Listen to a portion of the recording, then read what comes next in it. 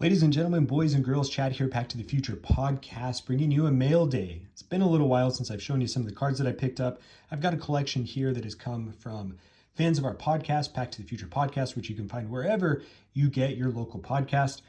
I have a card that was given to me by a patient at clinic, which was super cool, and then some pickups from the Las Vegas card show, which you can hear with our most recent episode of Back to the Future podcast. So give you some cards and a little bit of the story behind them as well, which might be a little bit fun.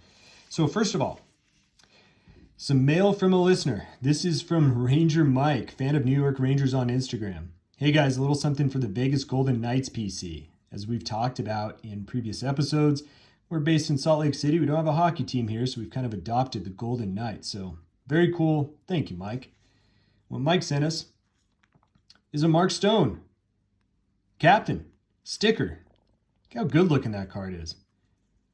Great looking sticker card. Very much appreciated. So thank you, Ranger Mike. That will go in the collection.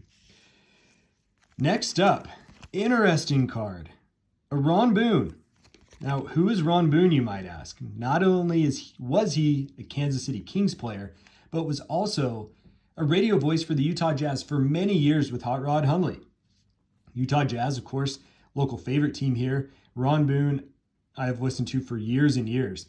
So I had a patient show up at clinic, and he said, hey, he brought a bag in with him. He's like, I was talking with my buddy, so-and-so, who was also a patient, and I didn't know these two knew each other. And we were out at dinner, and we got to talking about sports cards with our wives.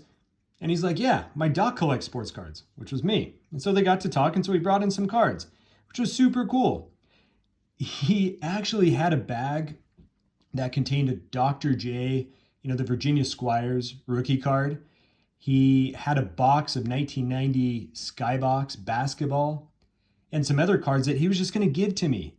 And, there's a line there, and I very much appreciated his gesture, but turned down the others, but did keep this Ron Boone, which is super cool. I just acquired a Hot Rod Hundley card, so I think I'll put both of these in an SGC slab and put them in the office. So super cool gesture. Very appreciative of that.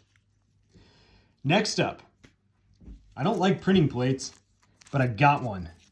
And you could probably guess why. Recognize the card? It's the shot from the 97 Western Conference Finals that sent the Utah Jazz to the NBA Finals. This was from Panini 1 and 1. Timeless moments. Usually this one's autographed. But this printing plate came available on eBay, snatched it right up. I don't have the 1-in-1 autograph yet. I hope to acquire it. This one was much more affordable, as you could imagine. But boy, for a Utah Jazz fan, super iconic moment. Oh man, just love it. Just love it. It's a great thing about cards, right? For each of us, it means something special. For this one, for me, goosebumps every time I look at it. All right, the next three coming up are going to be from the Las Vegas card shows. First time show. We talk all about it at the podcast. We actually podcasted our show down there from the main stage. It was a great time. One of the very few vintage cards that I now own. A Wilt Chamberlain. Very iconic card. And of course, this one is rough. It has a stain. It has a crease. It's not centered. The edges are rough. But got it for cheap. Got it for about $30.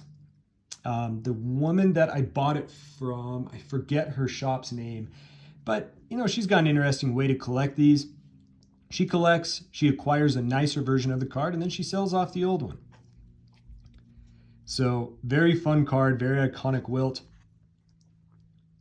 I'm gonna have to keep this one around. Next, a Peyton Kaboom. Now, of course, I'm a Denver Broncos fan. This is in a Colts. It wasn't really on my radar necessarily, being that he's in a Colts uniform. But of course, Kabooms are hot. And I walked by the table, had a price tag on it, which very much appreciate for all of those of you out there thinking of selling at a card show. Please price your cards, even if the prices aren't right. At least that way we've got a ballpark of what we're working with. And frankly, the price on this card was low for what the card ladder value was. On top of that, I was eyeing it up. The person said, hey, I'm willing to get rid of this, and offered me $100 lower than the price tag. And so I'm probably going to move this one. and make some money so I can, buy maybe a Peyton Manning card and a Denver Broncos uniform. Always fun to have the Kabooms. Such good looking color. Really like that. Lastly, and my biggest pickup from the Vegas card show, didn't quite have the same funds that I did for the National, but still got a fun card. 2003 Topps Rookie Matrix, LeBron James, Carmelo Anthony, Dwayne Wade, PSA 8. Pop of this card is only 150 with 250 higher. I think the pop report's quite low for a card that has 3 future Hall of Famers on it. And 3 rookie cards at that. Personally, I think this card's undervalued. I am not looking to sell it. I will be hanging on to this one for quite a while. Funny story with this is the display case that this was in did not have someone manning the booth. And so Ricky and I were looking at this card, and from behind me, someone comes walking up, talking like he just drank a pot of coffee. He's like, hey man, I'm looking to sell everything. Just light it on fire. I'm getting rid of all of it. It's like, all right, man, is this even your booth? Take it out. He had a price tag, I think, of $500 on it. Or no, there was no tag on it. He said, hey, I'll give it to you for $500. It's a steal. So, of course, I pull up Card Ladder and show that it was selling for right around $400. Like, well, not only are you not giving it away, but you were trying to sell it to me for over $100 over its current value. And, of course, he didn't believe me, so I showed him and ended up working out a deal for it. But it was pretty funny. Then the guy turned and walked away, and no one actually walked up behind the table in the booth. I don't even know if it was this guy's card.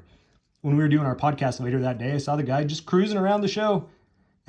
I don't know if it was his booth, but paid someone for the card. So anyway, this was my big pickup for the show. Very pleased with it. I think it's a good looking card and undervalued.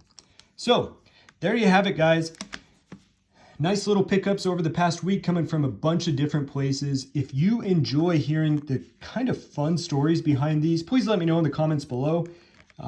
Always happy to bring these to you and show you what our pickups are. As a reminder, if you like these videos, again, like and subscribe to our YouTube channel. Go check out our podcast, Pack to the Future Podcast, the Sports Card Entertainment Podcast. All right, this is Chad. Until next time, we'll see you later.